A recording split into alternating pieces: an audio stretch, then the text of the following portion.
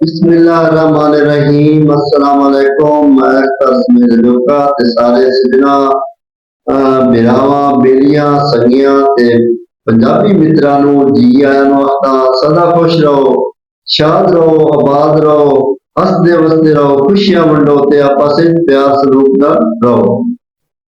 नाज़रीन, जिवें कि तुहानू पता है साडा प्यारा मुल्क प्यारा खिता जिहनू कि पाकिस्तान आंदे इस दे विच असीं पैदा होया है। हुण जिहड़ा बच्चा पैदा हुंदा पिया ना या असीं वड्डे है वो ढेर मकरूज हो गया है। ते आंदे हैं भी है ना महंगाई या सुनिंदा है उनकी हर रोज एक नवी लहर आती पई है। पर जिवें आंदे ना बई दरिया के पानी की लहर आई है ते हर शा लै गई है, या हवा की लहर है या बारिश की लहर है। अगर गल करिए ना बिजली की, हुण आसमानी बिजली नहीं जिहड़ी अल्लाह ताला दी है, ये बंदियां बिजली बनाई है। ये बिजली बहुत सस्ती आ, लोग बड़े सुख नाल वसदे पयान जीते पयान। किसान जिहड़े नो वो भी सुखियान हो पिछले दौर है, क्योंकि बिजली हाँ सस्ती। बिजली एक ऐसा ना है कि जिन्होंने तुसी सुन सोना थोड़े करंट आ जासी, लेकिन हुण ये करंट ऐसा ऐसा बंदियां चों भी मुकदा जांदा है। बई ये जिहड़ी महंगाई की नवी लहर आंदी पई है ना, बंदियां नूं मुकाई जांदी ने, क्योंकि जरूरियात जिंदगी दी जितनियां चीज़ां जितनियां शैयां नो,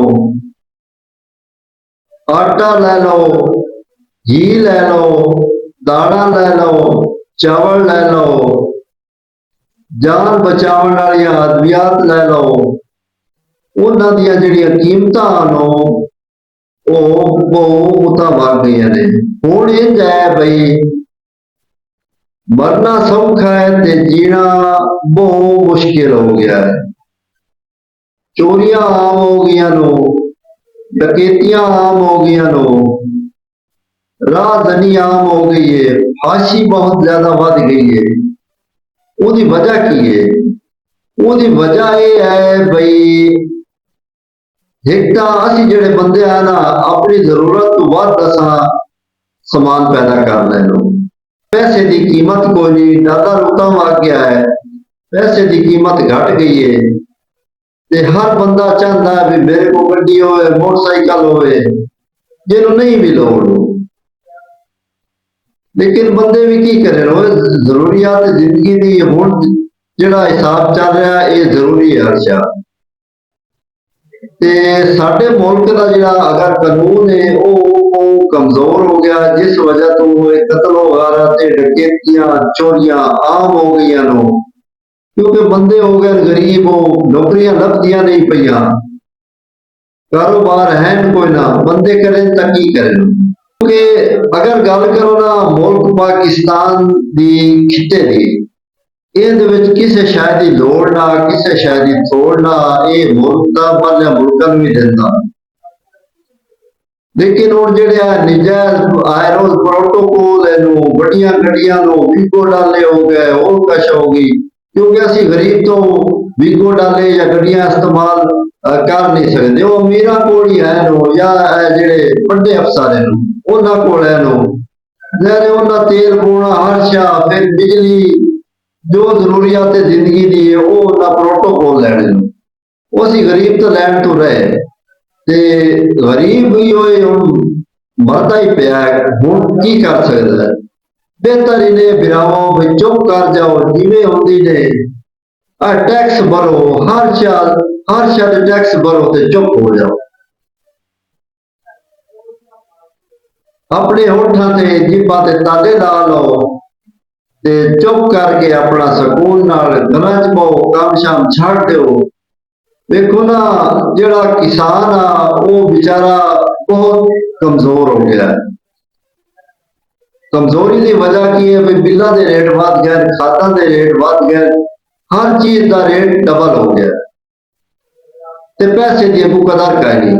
ਬਿਜਲੀ ਦੀ ਇੱਕ ਨਵੀਂ ਤੋਂ ਨਵੀਂ ਸ਼ਰਾਰਤ ਇਹ ਕੱਢਦੇ ਨੇ, ਕੀਮਤਾਂ ਵਧਾਉਂਦੇ ਨੇ। ਕੀਮਤਾਂ ਵਧਣ ਦੀ ਵਜ੍ਹਾ ਤੋਂ ਹਰ ਮਜ਼ਦੂਰ ਤਬਕਾ ਹੈ, ਪੱਠਿਆਂ ਦੇ ਕੰਮ ਕਰਨ ਵਾਲੇ ਨੂੰ ਜਾਂ ਮਿੱਲਾਂ ਜਾਂ ਜਿੱਥੇ ਵੀ ਕੰਮ ਕਰਦੇ ਪਏ ਨੂੰ, ਉਹ ਵਿਚਾਰਾ ਬਹੁਤ ਪਿਸਦਾ ਪਿਆ ਹੈ। ਇਹ ਅਸੀਂ ਰਲ ਕੇ ਦੁਆ ਕਰਦੇ ਹਾਂ ਵੀ ਸਾਡੇ ਮੁਲਕ ਪਾਕਿਸਤਾਨ ਨੂੰ ਅੱਲਾਹ ਤਾਲਾ ਕੋਈ ਨਵਾਂ ਕੋਈ ਨੇਕ ਹੁਕਮਰਾਨ ਦੇਵੇ, ਜਿਹੜਾ ਕਿ ਗਰੀਬਾਂ ਦੀ ਸੁਣੇ, ਮਹਿੰਗਾਈ ਨੂੰ ਕਮ ਕਰੇ, ਹਰ ਚੀਜ਼ ਦਾ ਰੇਟ ਜਿਹੜਾ ਹੈ ਉਹ ਥੱਲੇ ਆ ਜਾਵੇ ਤਾਂ ਕਿ ਆਮ ਬੰਦਾ ਵੀ ਖੁਸ਼ੀ ਨਾਲ ਜੀ ਸਕੇ। ਮੇਰੀਆਂ ਗੱਲਾਂ ਚੰਗੀਆਂ ਲੱਗੇ ਨੂੰ ਤੇ ਇਹਨਾਂ ਨੂੰ ਤੁਸੀਂ ਲਾਜ਼ਮੀ ਸ਼ੇਅਰ ਕਰਨਾ ਹੈ। ਜੇ ਜ਼ਿੰਦਗੀ ਦਿੱਤੀ ਮੋੜਾ, ਜੇ ਜ਼ਿੰਦਗੀ ਦਿੱਤੀ ਇਜਾਜ਼ਤ, ਮੋੜ ਕਿਸੇ ਨਵੇਂ ਟਾਪਿਕ ਤੇ ਤੁਹਾਡੀ ਖਿਦਮਤ ਵਿੱਚ ਹਾਜ਼ਰ ਹੋਸਾਂ। ਆਪਣੇ ਮੇਜ਼ਬਾਨ ਅਖਤਰ ਮੇਰੇ ਜੋਕਾਂ ਨੂੰ ਦਿਓ ਇਜਾਜ਼ਤ। ਅੱਲਾਹ ਹਾਫਿਜ਼।